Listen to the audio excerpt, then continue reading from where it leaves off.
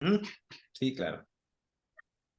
Muy buenos días, muy buenas tardes o muy buenas noches, dependiendo de la hora que veas este video. Estamos en MDM, que quiere decir Martes de Magia, y es para mí un gusto que nuestro invitado del día de hoy se haya tomado el tiempo porque es una persona súper ocupada, tiene muchas responsabilidades, es director y no sé qué Ajá. tantas cosas. Y bueno, pues bienvenido, Lobo, como te haces llamar. Bienvenido Así al es. programa. Cuéntanos, Muchas gracias. No, pues dinos tu yo, nombre general. sí, claro. No, pues muchas gracias, Violeta, por la invitación aquí a tu programa. Pues mi nombre es Eduardo Morales, también conocido como Lobo Morales, como por ahí me apodan. Y pues nada, pues muy contento de poder estar aquí en estos martes de magia. Y pues ojalá que podamos platicar de todo esto que nos gusta, ¿verdad? ¿De dónde viene esto de lobo? ¿De que fuiste lobato? No, fíjate que no. Es un apodo de cuando yo estaba en la preparatoria. Cuando estaba en la prepa solía traer un collar de lobo o una pulserita de lobo. Siempre me han gustado mucho los lobos. De hecho, considero al lobo como si fuera una especie de tótem personal, digamos, como mi animal espiritual, digamos. Y pues siempre me gustó como que la figura, ¿no? El símbolo.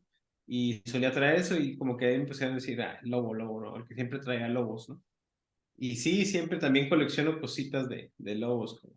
Bueno, Tengo tú ya eres varios collares. gran coleccionista, no tan solo de lobos, sino de muchísimas cosas, Pues porque sí, también es cierto, sí, la verdad que sí. Para que decir mentiras, sí, soy coleccionista. tiene su recámara forrada. Cuéntale al público de que todas las Sí, partes. por un buen tiempo, y desde que tenía como 12 años, empecé con el coleccionismo de Star Wars. Y es lo que más tengo, ¿no? Figuras también de eso. Entonces, Pero pues no, también ha sido pero una pasión, sí. no nada más figuras, sino tienes toda la colección Sí, de... pues de las cositas, ¿no? Las memorabilias, los coleccionables, los promocionales que de repente salían de algunas marcas de muchas cosas, ¿no? También. Sí, sí, sí. Es impresionante que creo que te cambiaste de casa porque ya no te cabían ahí las cosas que coleccionas. Parte de sí, para seguir llenando en otro lado, sí. Oye, tu casa, el consultorio de tu papá, Sí, tu que es otra donde casa. ahorita estamos transmitiendo. Aquí es donde está la oficina, mi pequeña biblioteca también, y donde también suelo trabajar, donde también hacemos cierto desarrollo creativo. Aquí produjimos también algunos podcasts, pues es un buen lugar como para estar trabajando. Aquí es donde tenemos más el equipo multimedia. Y bueno, pues uno de los motivos por los que te invité a este programa es porque este programa trato de que sea un programa inclusivo y que las personas que nos ven, nuestro auditorio, pues conozcan que hay muchas maneras de ser feliz, Ujú. cada quien en sus potencialidades, cada quien en su mundo que cada quien crea, pues hay mucha gente muy talentosa como tú y que pues me gustaría que la gente conociera un poco de tu trayectoria porque tú eres muy joven. ¿Cuántos años Más o tienes? menos, para este momento 36 cumplidos. 36 años. Sí. Y pues cuéntale al público todo lo que has estudiado, por favor. Bueno, no, tampoco es para tanto. Yo salí de aquí de la licenciatura en Letras Españolas, aquí en la Universidad Autónoma de Chihuahua, donde también los saludo desde aquí, desde Chihuahua, Chihuahua, capital. Y bueno, yo entré a esta carrera por mi afición a la lectura y a la escritura, ¿no? De joven, cuando estuve en la preparatoria, a mí siempre me agradaron las ciencias de la salud, las ciencias biológicas, la biología, las ciencias naturales. De hecho, hasta muy entrado el momento, yo lo que quería, o más bien estaba preparándome para entrar a la escuela de medicina, a la facultad de medicina, ¿no? Pero a la mera hora entré a la facultad de filosofía y letras en letras españolas. Me fue muy bien, definitivamente fue lo que yo buscaba. Para mí la facultad siempre fue como un lugar muy cálido. Y bueno, de ahí egresé, me titulé y me fui a hacer una maestría en la ciudad de El Paso, en Texas, acá en la frontera, en la Universidad de Texas en El Paso, la de UTEP, ¿verdad? Es la maestría en lengua española y también, sobre todo, entrando más a lo que era la literatura, pero también ahí le empezamos a entrar a la pedagogía del lenguaje, como, sobre todo el español como segunda lengua, ¿no? Y de ahí, pues, regresé un poco a Chihuahua algunos meses en lo que también aplicaba a ciertos programas doctorales. Entre ese lapso empecé a trabajar donde hoy laboro ya, como mencionaste, como director de investigación y posgrado, pero en ese entonces como profesor, estuve un semestre y en ese lapso apliqué al doctorado en literatura hispanoamericana en la Universidad de Pittsburgh, en Pensilvania, y me aceptaron y allá me fui 5 años y allá estuve en la ciudad de Pittsburgh viviendo 5 años y allá fue donde terminé mi doctorado, que fue en lengua y literatura hispanoamericana. Y allá pues también seguí con esta cuestión de la literatura. Me metí más en la cuestión de los border studies, un poco más en el estudio de la literatura del norte de México, de la literatura de frontera, y bueno, ya de ahí fue, pues, me titulé, hice mi tesis del doctorado y también pues regresé aquí a mi ciudad, Chihuahua, donde seguí trabajando hasta el día de hoy. Ya estoy cumpliendo 4 años, precisamente ahorita en diciembre, en el Instituto José David, en el área de educación superior, fungiendo como director de investigación y posgrado, sobre todo coordinando una maestría que tiene que ver con problemas de aprendizaje, la maestría en problemas de aprendizaje, que está en relación está avalada por la Universidad Pedagógica Nacional, y pues en eso estamos ahorita, en coordinando esa maestría. ¿Sí? Y tú modestamente dices Uh, que no es mucho, pero yo no conozco a tanta gente con tu edad que tenga una maestría y un doctorado en Estados Unidos. Entonces, no sé, bueno, es un poco de modestia, creo que de tu parte, pero a mí me parece que es algo mucho, mucho de sentirte orgulloso de esos logros, porque yo nada más estudié una maestría y ya el doctorado, yo dije, no me da tiempo ya del doctorado porque ya estaba casi para jubilarme. ajá. Y en realidad, bueno, yo soy mayor que tú, mucho mayor, yo soy de la edad de tus papás fueron mis amigos de la juventud, Ajá, sí, de la así es, adolescencia, y así es. ya cuando llegas a esta edad, pues ves la vida de otra manera. Pero pues tú estás muy joven y, y, y hay una pregunta, ¿qué te hace regresar a México? O sea, tú allá tenías oportunidad de desarrollarte en muchos ámbitos, sobre todo pues, con otros sueldos y bueno, vivir en Estados Unidos es literal otro mundo. ¿Qué te hace regresar a Chihuahua? Sí, fíjate que sí, de hecho, efectivamente lo que mencionas son factores en su momento importantes para tomar en cuenta, pero bueno, de alguna u otra forma, no terminé quizá por el tipo de ciudad que es Pittsburgh, una ciudad al norte, en un estado del norte, pero de una u otra forma no terminé de encajar al 100% culturalmente a un grado. Me encanta el país y creo que incluso ya ahorita a la distancia sería bueno volver en otro tipo de circunstancias, pero creo que sí me pesó bastante extrañar mi cultura, extrañar mi país, quizá tal vez por lo que yo mismo estudio, que para mí la cultura latinoamericana es mi área de estudio y uno dirá entonces, ¿por qué fui a estudiar a los Estados Unidos? Bueno, la razón por la cual uno lo hace también allá es porque uno tiene la oportunidad, sobre todo en programas de prestigio, de trabajar con gente de varias nacionalidades y de muchas visiones dentro de un mismo programa, ¿no? Y presencialmente.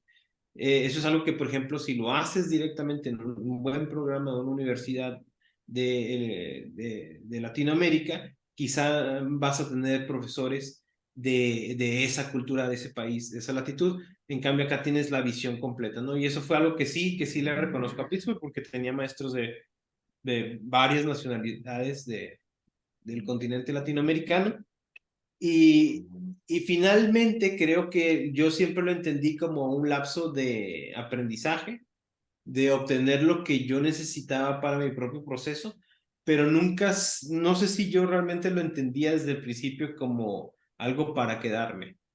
Y finalmente fue eso, en el momento en que ya no había, digamos, esta conexión con lo que yo más buscaba, que era el espíritu latinoamericano, que a pesar de que Ajá. en el pequeño núcleo que yo lo encontré en Pittsburgh, sí fue muy latinoamericano en las dimensiones que se puede decir en un estado como Pensilvania, pero por mi círculo de amigos lo fue.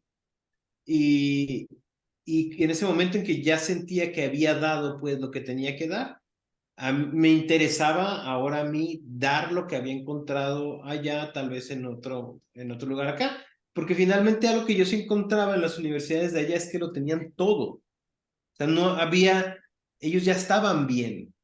Y lo que a mí me interesaba era replicar tal vez eso y ese gran nivel que se podía tener en muchas cuestiones ahora en ámbitos educativos en México, ¿no? Entonces era como que si iba a aportar a un lugar, qué mejor que fuera mi lugar y no a otro lado. Ya cuando llegábamos a un punto de trabajar, pues, Claro, más. como, ajá, como tú dices, es como ir a recibir la información que requieres para venirla a aplicar acá a la universidad donde estás trabajando y donde desarrollas no solo tu, o sea, yo lo que veo que no te circunscribes a ser director, sino que estás como involucrado en muchos ámbitos para hacer proyección de todo esto que tú sabes. Y yo me imagino que a tus alumnos los motivan mucho para que amplíen esos horizontes, ¿no?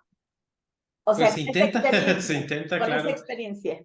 Sí, bueno, un poco es tratar de compartir la visión de que el conocimiento sí tiene frutos.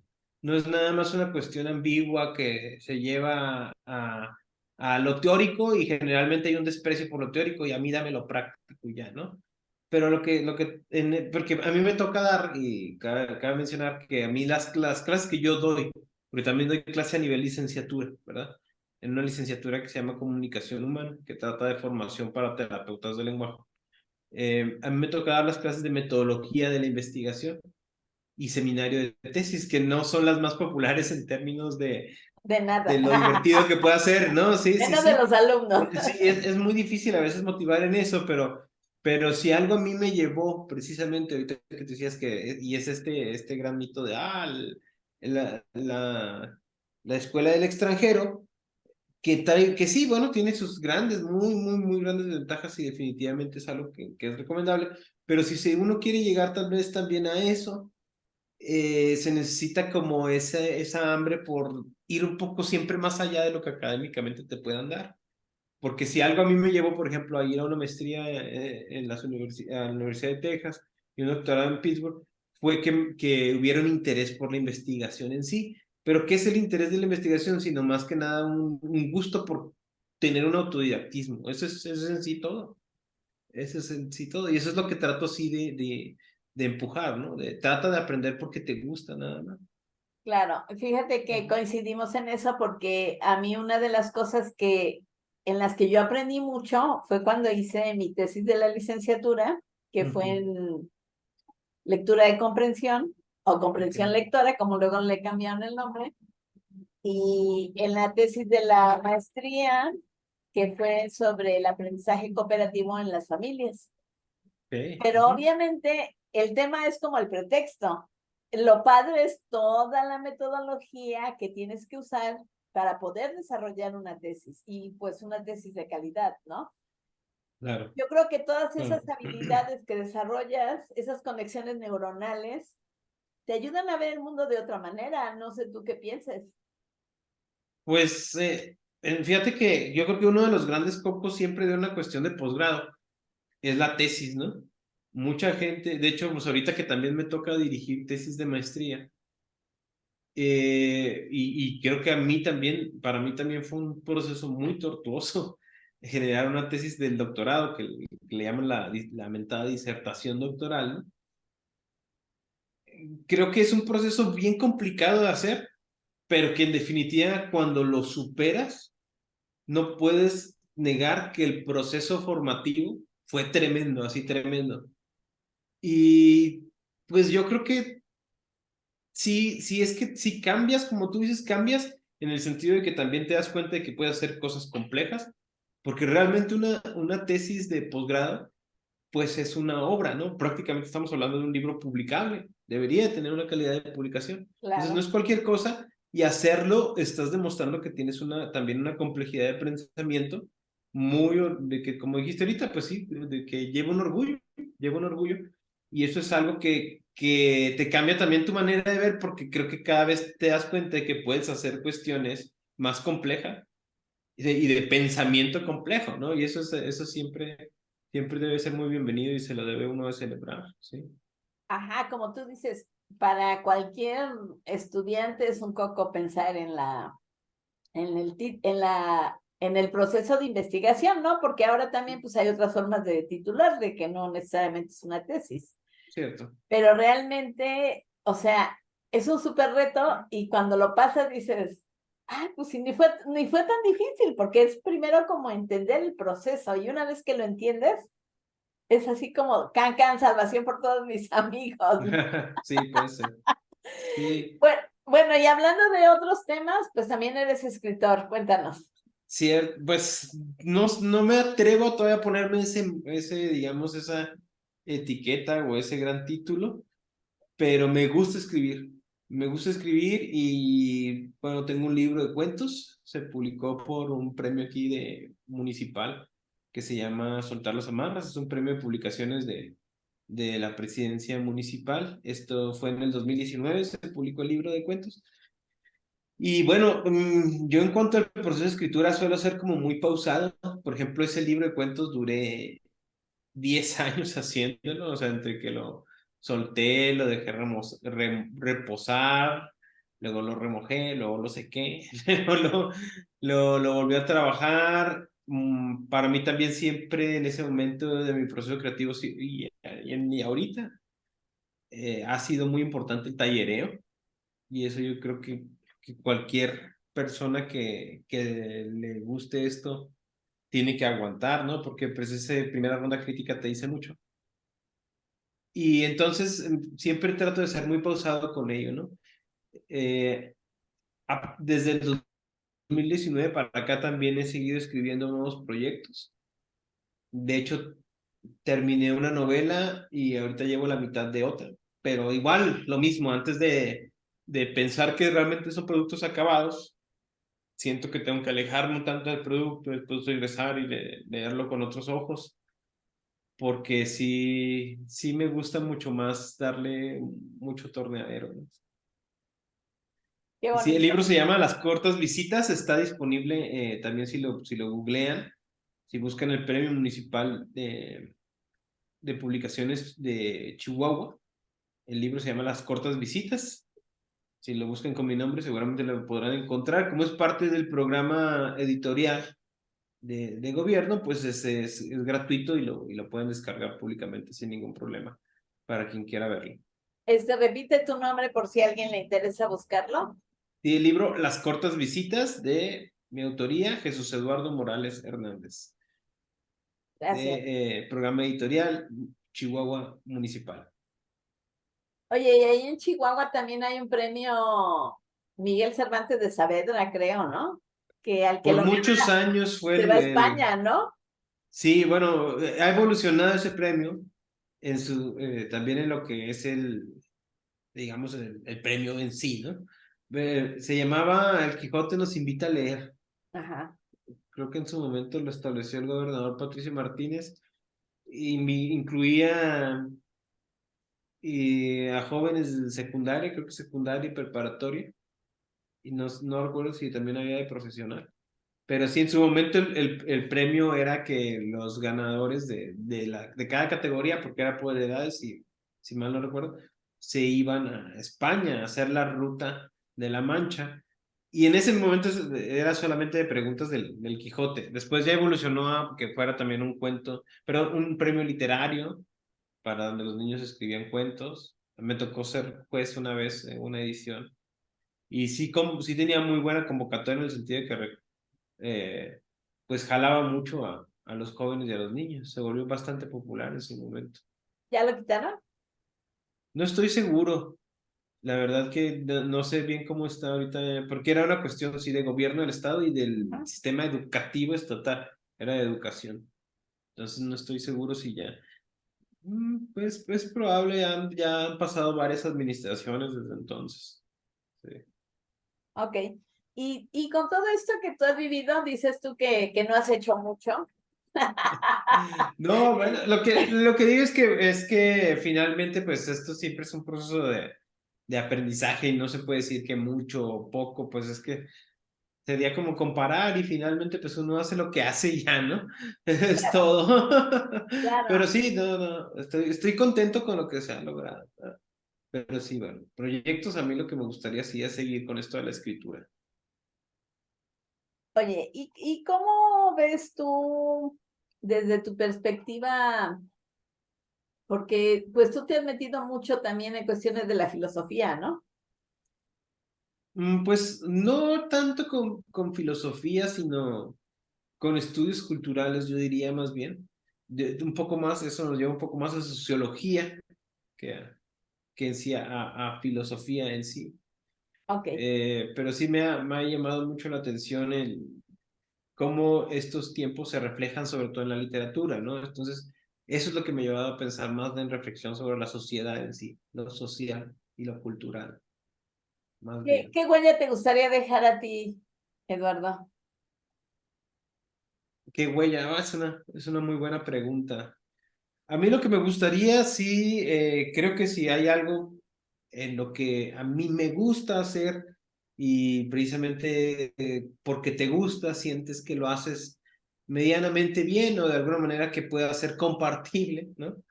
A mí lo que me gusta es decir la escritura y si algo quisiera trascender por ello sería por eso, ¿no? Y sí me gustaría pues dejar un cierto mensaje de lo que para mí puede ser mi impresión del mundo y de lo bello que puede ser vivirlo. Y a pesar de que de eso, para eso se requiera también plasmar un poco lo sórdido que llega a ser también, ¿no? Entonces, me gustaría que si alguna vez se recordara por algo que yo escribo, se recordara por ese reflejo de lo sensible, de lo que significa vivir en un mundo con lo bueno y lo malo al mismo tiempo. Igual. Oye, y yo me imagino, nada más me imagino que tú eres muy perfeccionista. ¿Está bien lo cierto? Pues yo creo que más o menos, sí, te diría que más o menos, sí. ¿Qué tanto eso te ha impedido o te ha limitado ese perfeccionismo? Pues a veces es un poco, sí puede ser un poco frustrante porque no muchas veces uno se siente satisfecho con ciertas cosas, ¿no? Yo te lo decía ahorita con los productos de un cuento, un Ujú, poema, ujú. mm, pero de alguna manera siento que también uno uno tiene que estar realmente consciente de que se siente a gusto con cuando el producto sale, ¿no? O sea, antes de ello, si no te sientes cómodo con eso, pues tampoco se trata de, ¿no?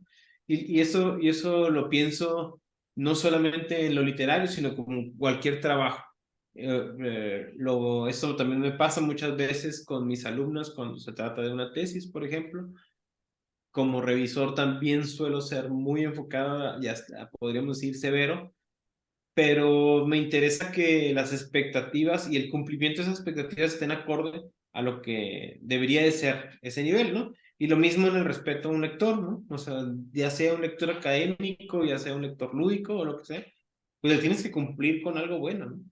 Entonces, pues si bien a lo mejor los estándares de uno están muy altos, de algo servirá que estén altos, ¿no? De algo servirá. Yo sí pienso que en esta estrategia de la vida hay que tirar, es como que uno, ¿no? Uno estudia para el 10 para sacar 8.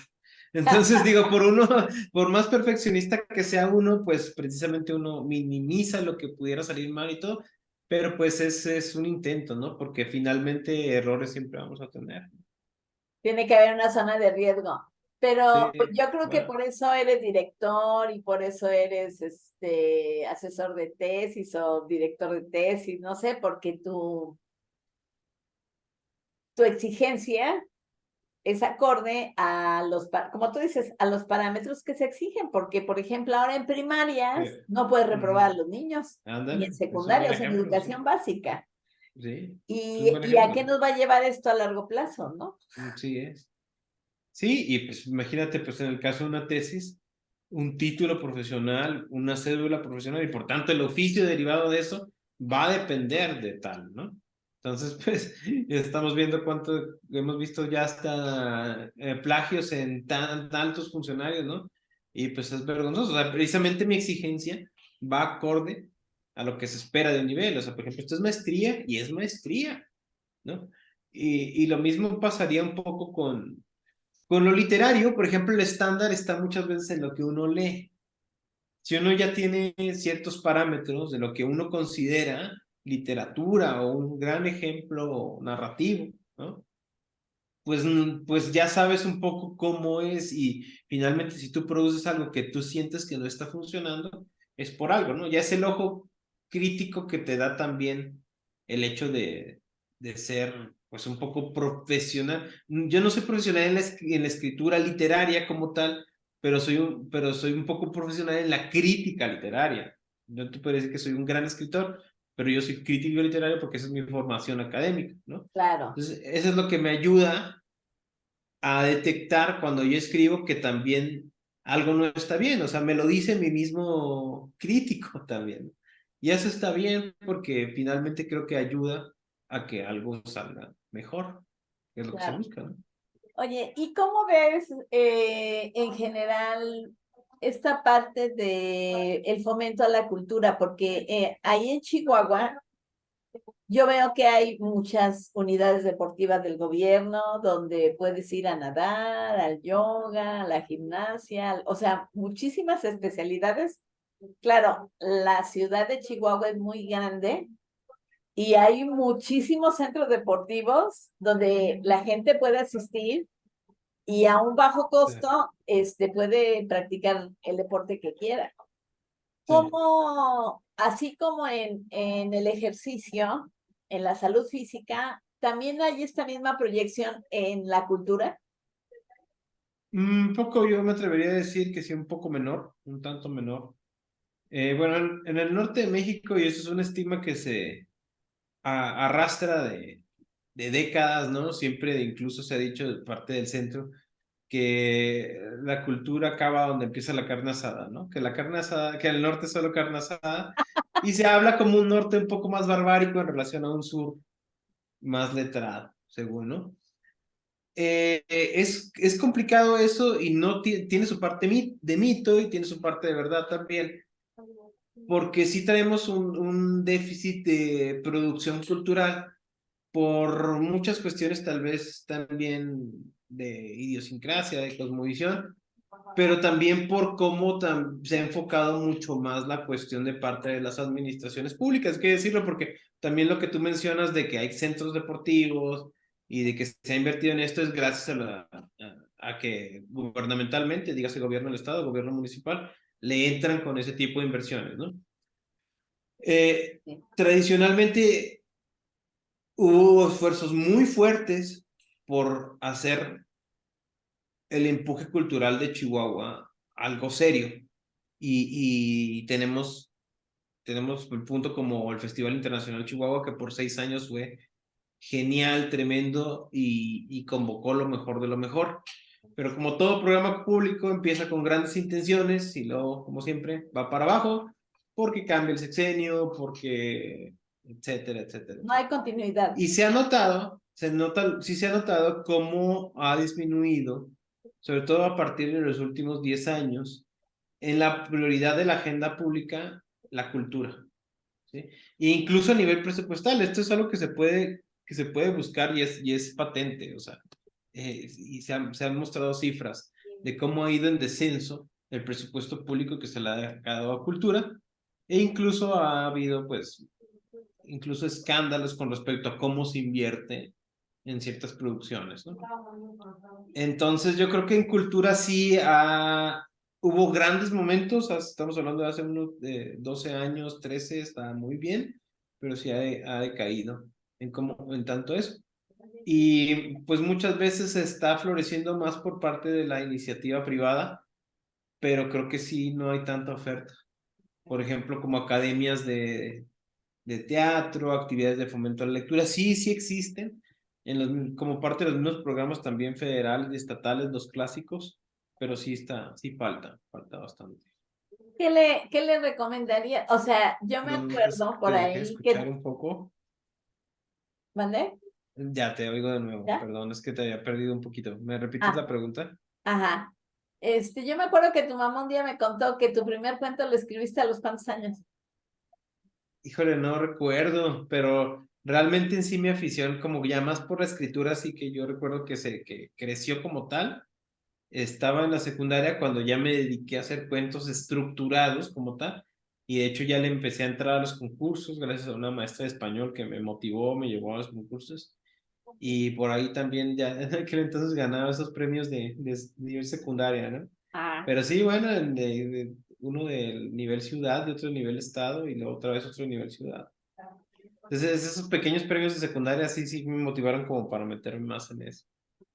Y bueno, ¿tú qué le recomendarías a los padres, a quienes tienen niños pequeños para incursionar en este gusto, en este amor, en esta pasión por la lectura, la escritura, etcétera?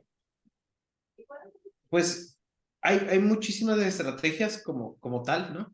Pero sí es muy importante que el niño vea que los papás también lo hacen, ¿no? Creo que si los papás también tienen un hábito lector y ellos mismos se notan así como tal el perfil de un lector, ¿no? Que lo está haciendo, pues eso lo pueden imitar. Pero también creo que también uno de los errores que muchas veces se hace es que hay lecturas que no son en sí para esas edades, ¿no? Y esto viene también de los programas que se usan ya escolarmente, pero pues hay muchísimas opciones, ya ahorita hay muchísimo, la cuestión es que realmente se pongan a leer también con el niño, ¿no? Eso también creo que ya el tiempo que comparten en sí haciendo actividades culturales y eso es muy importante, porque también se habla mucho de que los niños ahorita no están haciendo ese tipo de cuestiones porque ya tienen mucho contacto con la tecnología, con las pantallas, etcétera, pero Exacto. pues eso es una cuestión de administración, ¿no? Ahora también ya la lectura está evolucionando como tal. No nos podemos cerrar a que ya también la lectura sea de puro libro, ¿no? Entonces, la cuestión es encontrar la manera, ¿no? Sí, Eso sería una estrategia. así es. Como tú dices, los niños aprenden más del ejemplo de lo que de lo que tú puedes decirles, ¿no? Y si un papá no lee, o sea, y bueno, también resulta que hay casas en donde los papás son lectores y los hijos no, o sea, no es como una ley de que el papá es lector y Sí. el hijo también, ¿no? No, no lo es, pero precisamente habría que ver cómo cuál fue el concepto en sí de la actividad, ¿no? Porque también sí fue una cuestión de que el papá siempre nada más estaba aislado leyendo, donde eso significa un momento de cero convivencia, pues eso es otro concepto, ¿no? Claro. Pero, por ejemplo, también algo que a mí también siempre me llamó la atención, alguna vez mi mamá de muy niñito también me llegó a leer cuentos, ¿no? Así muy chiquito. Entonces, no sé qué tanto, no podría realmente predecir si esto todavía sucede, pero hasta dónde todavía sucede esta estampa, ¿no? Clásica, incluso ñoña, o si se quiere, estereotípica, de que los papás le leen en la noche a los hijos, ¿no? A la hora de dormir, ¿verdad? Es como una costumbre, tradición, que ojalá y se siga fomentando, que Podría muchos ser, sí, padres claro. ya tal vez ya no se acuerdan que es algo que quienes tuvieron la oportunidad, como tú, de que a ti te leían cuentos, pues yo creo que tienes bonito recuerdo de eso, ¿no? Claro, sí, cómo no, sí. Y es muy bonito. Y además, creo que también, pues no sé, cognitivamente eso ayuda muchísimo, ¿sabes? Y, pues, o sea, creo que también no se ha dimensionado el poder que puede tener la lectura continua, hasta por un desarrollo neuronal, ¿sabes? O sea, sináptico. Eh, pero también, pues, es que todo viene desde la raíz. No le podemos pedir peras al olmo a la nueva generación si realmente nuestro nivel de lectura, poblacionalmente, a nivel nacional, no llega a un libro al año. Entonces, no existen adultos lectores. Si no hay adultos lectores, no va a haber niños lectores, ¿verdad? Entonces, Obviamente. ahorita sí, en ese boom de crianza positiva y de madres conscientes y padres conscientes, pues sí te busca que exista esa educación premium para el hijo, ¿verdad? Pero ellos también tienen que tenerla en sí, ¿no? Un O cambio, sea, claro, no, tienen que ser los sí, un cambio. pioneros, Así es, sí, sí, es sí. cierto. Y tú hablaste algo muy cierto. Si no hay una relación íntima, de intimidad, de cobijo, de amor, de delicadeza, no sé cómo le quieras llamar, entre los padres y los hijos, pues, o sea, ya toda la lectura y todo eso es así como, pues, ¿qué no? Sí, claro, Eh, Precisamente, bueno, inclusive pues las tablets y todo se pueden usar de una manera creativa para fomentar la lectura, claro, que no claro es que lo más sí. saludable, creo yo, por la luz azul y todo eso, Sí, pero claro, sí sí, no como lo buscarle es. la vuelta, ¿no? Sí, sí, así es. Y creo que finalmente también vamos a ir para allá. O sea, muchas cuestiones van a cambiar y se van a mejorar, pero también ya, o sea, podemos entender también cuál es el mejor método receptivo para cada persona, tal vez analizando cada caso, pero pues ya tenemos otras formas, también está el audiolibro, por ejemplo. Claro, claro, desde Eh, saber cuál es el canal de aprendizaje donde los niños desarrollan mejor su aprendizaje, sí, ¿no? El o, auditivo, el visual o el o esos kinestésico. recursos que te sirven para empezar con una cuestión multisensorial que después vas poniendo hacia donde ya, pero tantos recursos que ahora se tienen de apoyo pueden ser muy benéficos, ¿no? Pero Y fíjate, hay muchos recursos, hay muchos conocimientos, hay muchos estudios, etcétera, pero en la vida sí, real, ¿qué tanto ha cambiado? Bueno, aquí ya nos vamos a bueno, meter en educación familiar, ¿no? ¿Qué tanto ha cambiado la relación humana dentro de las familias? Yo creo que es como el punto álgido. sí, y esa parte tal vez un poco para mal, porque hay una despersonalización, eso también ese es un gran problema. Y es interesante cómo a pesar de la múltiple tecnología, estamos cayendo también en un nuevo analfabetismo, por así decirlo, ¿verdad?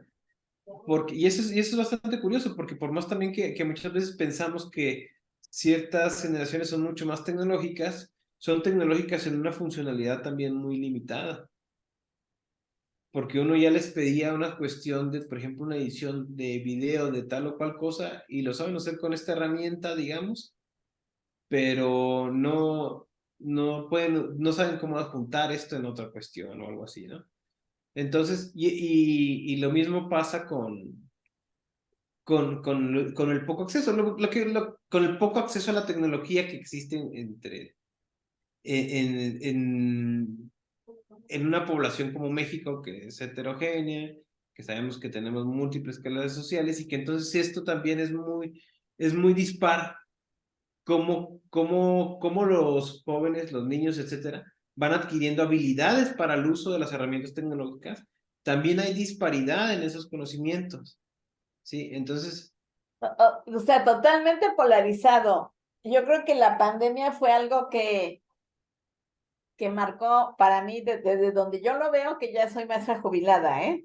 ujú, Niños que no tuvieron clases porque sus papás no tienen celular, que no tienen ujú, para pagar un wifi, que se tenían que ir, bueno, y así que es. realmente, pues los maestros les llevaban copias fotostáticas a la sierra, etcétera, para que pudieran aprender algo, para que tuvieran acceso a algo y pues sobre los libros de texto, básicamente, ¿no? Así es. Y bueno, niños que, por ejemplo, de preescolar, que el preescolar lo que hace mayormente es desarrollar habilidades pues, pues, ¿cómo no? Ni modo, ¿qué? O sea, ¿cómo haces cantos y juegos, etcétera, ¿no? Sí, Entonces, yo creo que hay muchas cosas, como tú dices, sí, hay mucha tecnología, sí, pero no todos tienen acceso a ella. no todos. Y finalmente también, educativamente hablando, institucionalmente, o sea, el acceso a la tecnología es muy limitado. Te lo estoy hablando como de nuestras instituciones educativas. Hay un retraso muy generalizado con respecto a otras cuestiones que ya se están aplicando, pues obviamente en primer mundo, ¿verdad? Por así decirlo. Entonces a eso agrégale a que realmente tenemos un atraso tecnológico a nivel nacional porque no somos productores de tecnología. Toda nuestra tecnología es importada, ¿no? Entonces ya desde ese momento tenemos que entrar en un proceso donde ya tenemos un rezago, ¿no? Y eso siempre, sí, eso no es nuevo, no es nada No, nuevo. y mira, finalmente eso no lo vamos a poder nosotros ni componer ni nada, entonces vamos a cambiar. Vamos Ajá, a cambiar. sí. Y Bueno, por ejemplo, esos son los fenómenos que me interesan a mí mucho observar y que de una u otra claro, forma me gusta que se reflejen en los personajes, ¿no? De ciertas cuestiones, ¿no? como tú lo decías desde el enfoque sociológico, pues en México tenemos mucho que investigar y mucho que proponer Sí, más ¿no? que nada, ¿no? Y ver qué Tremendo, onda. sí. Y tú que como maestro, como persona, como ciudadano, ¿qué, qué cambios has hecho en tu entorno a partir de que regresas ya con el grado doctoral? Sí, bueno, yo regresé y mi investigación tuvo que ver sobre Ciudad Juárez, más específicamente el reflejo de la violencia de género, cómo la violencia de género se reflejaba en la producción literaria de escritoras de esa ciudad, de Ciudad Juárez, ¿no? ¡Guau! Y entonces yo termino, o sea, termino como pasante todos mis créditos, etcétera. Y mi idea era venirme para acá y hacer investigación de campo, de hecho, ahí en mismo Juárez, para hacer ciertas entrevistas, ver si podía contactar a las escritoras, etcétera. Y quedarme y entonces terminar todo lo que me faltaba de la disertación y entonces regresar y defender allá esto, ¿no? Bueno, total que entonces vengo, sí tuve ciertas visitas a Juárez y estuve yendo, tuve ciertas entrevistas con escritoras y todo iba bien. Ahí empiezo un poco como a atrasarme porque ahí me ofrecen el puesto de trabajo, entonces empiezo a trabajar en la dirección de posgrado a la vez que estoy con los últimos puntos de la tesis, ¿no? Y entonces esto es diciembre del 2019, cuando en China apenas está pasando esto. Después ya viene la bendita pandemia, ¿no? Que la verdad estoy muy agradecido de que me haya tocado acá en México porque pude estar con mi familia, pude estar aquí en Chihuahua que bien, si había encierro, pues estaba con mi gente. Allá hubiera sido mucho más difícil, porque de hecho también en Estados Unidos, si recordamos, la cosa se puso muy tremenda, muy tremenda. Y pues hubiera sido un aislamiento completamente en soledad, lo cual Sí. hubiera sido aún más deprimente de lo que a veces ya era, ¿no?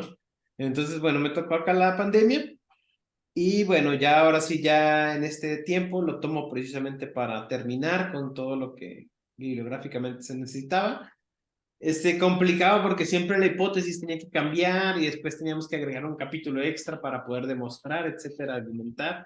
Clásico de proyecto de investigación, ¿no? Y ya, pero pues una de las cuestiones que a mí me ha gustado después de eso, el doctorado efectivamente me abrió las puertas de poder estar en una dirección que este instituto, creo que, y repito el nombre, es el Instituto José David AC en la ciudad de Chihuahua, que ya tiene 45 años de trayectoria, donde ahora ya trabajo. Y el área de educación superior este año también cumple 20 años. Entonces, 45 años dando atención a personas con problemas en la comunicación, dígase por alguna hipoacusia, por alguna sordera, por autismo, por discapacidad intelectual, por cualquier problema que tuviera algún tipo de dificultad en el lenguaje, ¿verdad? Es a lo que se dedica el Centro de Atención Clínica José David, que después de 25 años de estar ofreciendo atención a la población aquí en Chihuahua, decidió fundar el área de educación superior y que fundó la licenciatura en atención a las alteraciones de la audición y el lenguaje hace ya 20 años, y que después cambió de nombre a la licenciatura en comunicación humana y que está incorporada a la Universidad Autónoma de Chihuahua. Y hace 4 años, también en el 2019, que yo empecé con este programa tiernito, donde ya me lo habían dejado, había sido creado, pero apenas iba, digamos, apenas estaba corriendo la generación piloto, fue la maestría en problemas de aprendizaje que se creó en el 2019 y esa se incorporó a la Universidad Pedagógica Nacional, ¿no? Pero esto lo cuento porque el Instituto José David pues se ha caracterizado por su misión social y por el impacto que ha tenido a nivel de nuestra comunidad acá en Chihuahua, porque pues ha sido uno de los centros pioneros en la atención a la discapacidad aquí, ¿no? Y pues ha sido gratificante que estos 4 años, pues uno puede sentir que su trabajo está impactando precisamente en esos ámbitos. La maestría en problemas de aprendizaje, sobre todo, está pensada para que pueda haber rehabilitación de aquellos sujetos que están teniendo algún rezago escolar, que tienen algún problema que les impide acceder al aprendizaje en las aulas. Entonces, se ha enfocado a docentes para que puedan ejercer una verdadera inclusión, sobre todo con este nuevo paradigma de la inclusión, según los nuevos programas de la SEP, en sus ambientes educativos, ¿no? Entonces, esto es muy influyente en las condiciones y la calidad de vida de las personas con discapacidad. Y ahorita tenemos alumnos de muchas partes del país, no nada más de aquí de Chihuahua, en la maestría, porque como nuestra maestría es online, pues Ah, hemos expandido un poco. ah, Entonces, qué eso es lo que padre. yo pensaría que me gusta, que siento que tiene un impacto, ¿no? En la sociedad y que, pues de una u otra forma, puedo cooperar con esa misión, ¿no? Es muy interesante. ¿Qué tanto te motiva, Wendy, a hacer esto, Lalo? No, muchísimo, mi hermana, Wendy es mi hermana. Wendy, de hecho, el Instituto José David yo lo conozco gracias a Wendy, porque Wendy recibió terapias en este instituto hace ya, pues desde que era muy pequeña. Ahorita Wendy tiene 35 años, ¿verdad? Y 34, pero tiene 34 años, y desde que tenía 4 años recibió terapia por allá, ¿no? Entonces, desde ahí se fortalecieron los lazos con la institución, pues familiarmente, y eso también ha sido importante, ¿verdad? Para digamos, para ese impulso personal, ¿verdad? Y también, pues, para tener un cierto agradecimiento con este instituto, ¿verdad? Ajá, yo fíjate, percibo como que tu labor va más allá de un trabajador, digo, un trabajador profesional, responsable, etcétera, sino que tú lo haces con mucho, esa es mi percepción, con mucha Ya. dedicación, con mucho cariño, con mucho entusiasmo, no sé cómo podría decirle, porque eres una persona que en carne propia ha vivido esto de tener un familiar con una discapacidad. Y Ok. aparte, yo creo que esa relación que tú tienes con tu hermana es así como muy linda, muy amorosa, muy cercana, y eso te hace ver a las personas con discapacidad de una manera, como tú dices, incluyente, amorosa, que requieren un servicio profesional y no sé, como que me imagino que la maestría está enfocada a ese enfoque, a esa parte de no nada más aplicar técnicas, sino lo que tú decías, en esta Sí, despersonalización que hay global con la globalización, es sí, pero seguimos siendo personas, así seguimos es. teniendo tradiciones, seguimos teniendo costumbres, seguimos teniendo una idiosincrasia que, Sí, que una de no, identidad. Ajá, una identidad. que en la Y aldea eso es, global es como, hay que borrar eso, ¿no? O sea, somos todos iguales sí, y, ajá, sí, sí, hay sí, una sí. parte que tenemos que ser globales, pero hay otra parte en que no vamos a perder nuestras raíces, ¿no? Y yo, Así es. fíjate, creo que más que nada eso es lo que te hizo regresar a Chihuahua y a México, ¿no? Quedarte acá, esa es como mi percepción. Y pues yo te felicito porque, pues, cuando he convivido contigo, siempre hay como detalles tuyos que me llaman la atención. Y claro, mi admiración por ser tan joven, por haber ya hecho una maestría en Texas, hecho un doctorado en Pensilvania, y eres un profesional muy, que no pierde el piso. O sea, a pesar de que eres escritor, de que en Chihuahua eres una persona importante. Bueno, más o menos. Y bueno, pues también te veo con ojos de amor, pues porque eres hijo de mis amigos, ¿no? Claro, claro, Y claro, a Wendy, pues mucho cariño y mucho afecto por ser quien es. Wendy es un claro. amor, es un ángel y es un ángel donde quiera que va. Sí, sí, sí, sí, sí. Y bueno, Y a ver, dime. no, que precisamente dices que la relación con mi hermana pues es muy cercana, pero porque ella misma es amor, ¿no? No puede ser de otra manera porque ella, su personalidad así lo permite. Y definitivamente sí es una bendición. Y ahorita que la otra vez que decíamos, o hace rato que decíamos, de esas cuestiones que te ayudan a cambiar también tu perspectiva de la vida, el hecho de tener en la familia a una persona con una discapacidad, en este caso intelectual, pues sí te lleva definitivamente a valorar muchas cosas, pero gracias a Dios también te lleva a apreciar muchas cosas y muchos detalles de la vida que por el mismo ajetreo, la velocidad, pues se pierden, ¿no? Entonces también es un ancla a lo importante. Mi hermana es mi ancla a lo que realmente vale. Y sí, tiene peso o pesó, digamos, yo soy una persona muy familiar, muy de familia, ¿no? Y sí pesa de estar lejos y no tener esa convivencia, ese ímpetu, y creo que es algo que también ahorita tengo y me equilibra mucho en mi lado emocional también, y eso no es poca cosa, eso no es poca cosa, ¿verdad? Claro, claro. Y bueno, es que Wendy, donde quiera que está, brilla. Donde quiera que está, Sí, la verdad que sí, ¿no? es un imán de amor. O sea, no puede haber otra cosa más que amor a su alrededor, porque ella Sí, así es. sí, Y bueno, en todos los ámbitos que yo la he visto, diferentes ámbitos, pues siempre es bien recibida y bien amada, ¿no? así es. Y bueno, hablando ya así de cosas más íntimas, etcétera, ¿qué es para ti la Ujú. magia, Lalo?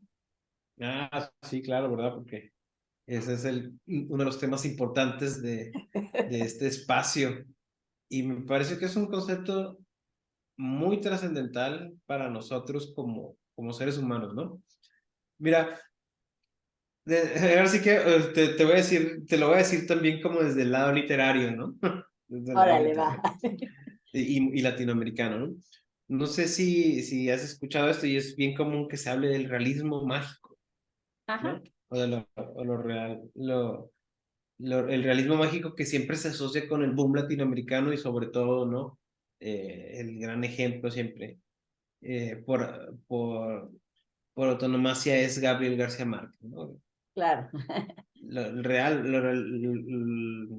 El realismo mágico, García Márquez, ¿no? Pero bueno, este concepto en algún momento fue mejor trabajado, o más bien nació también de otro, que venía de Alejo Carpentier, que hablaba de lo real maravilloso, o lo real maravilloso latinoamericano.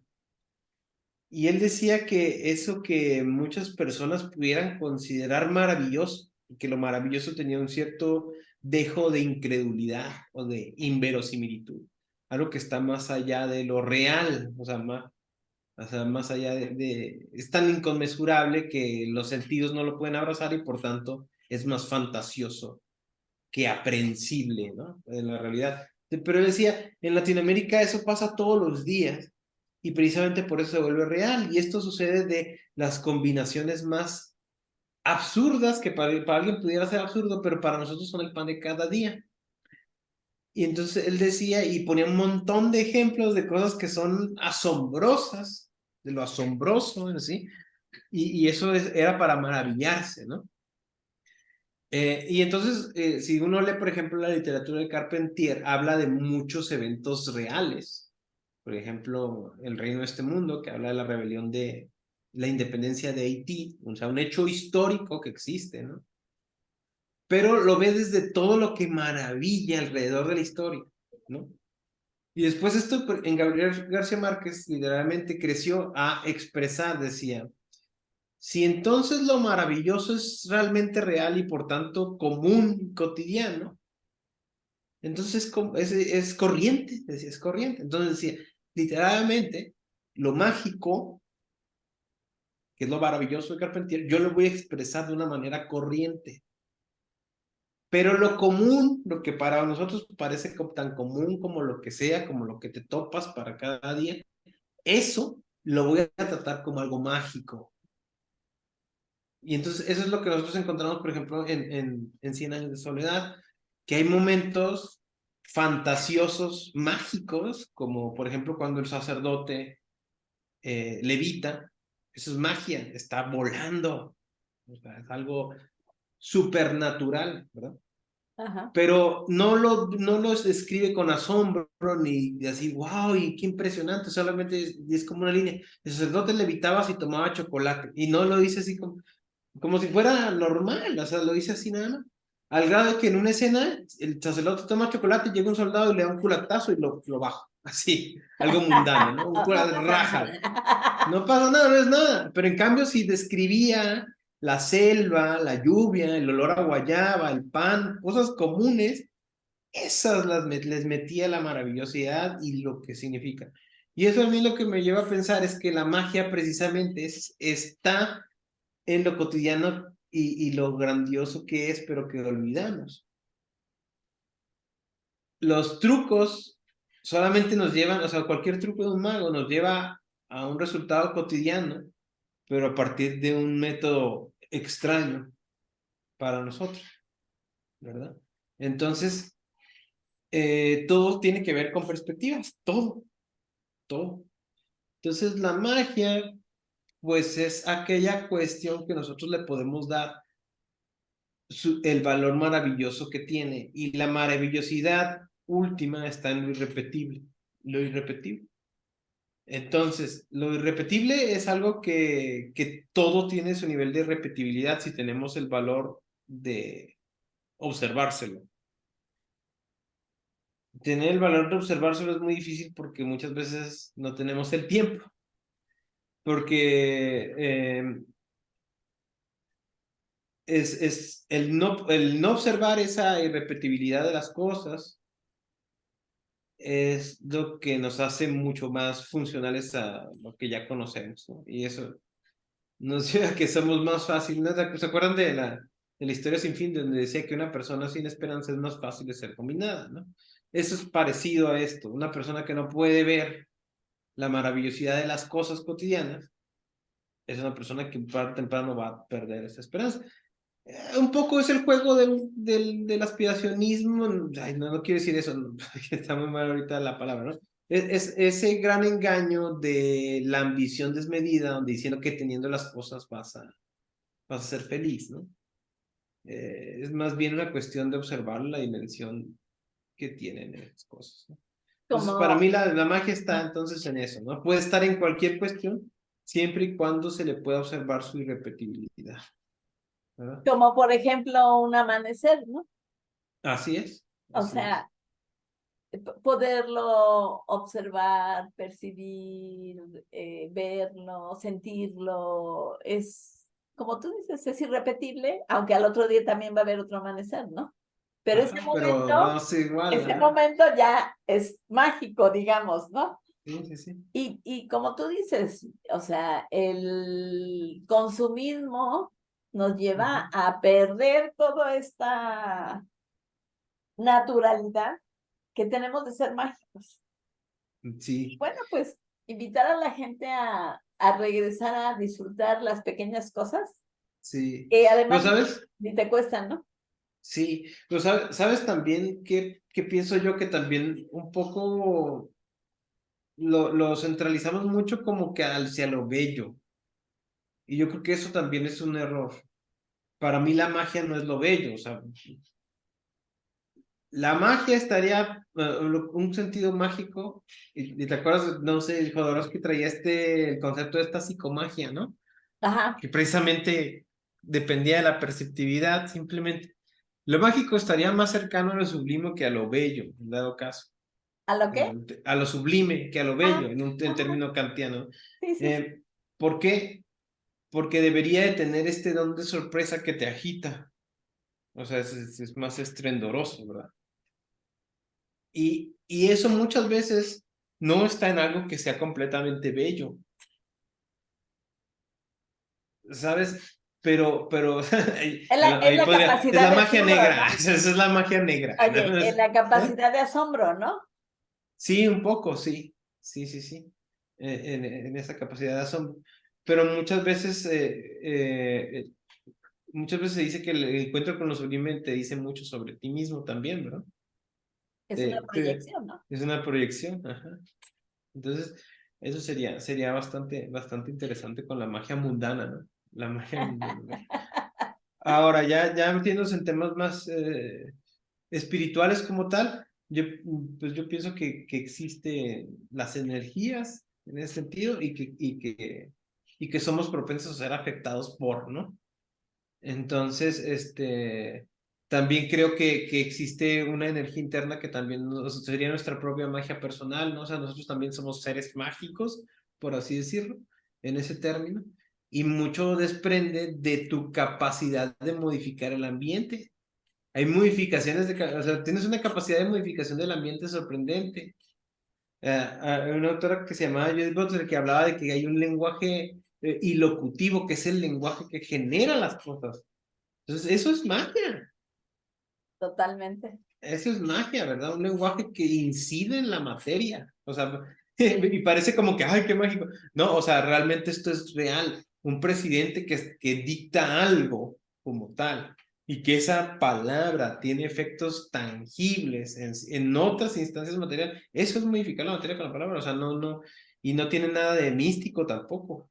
Pero tampoco, no es místico, pero tampoco es poco poderoso.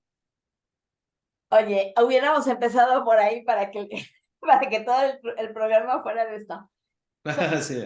Son cuestiones muy profundas que aunque parezcan muy simples, hay gente que no puede verlas, ni puede percibir todo esto que tú estás diciendo.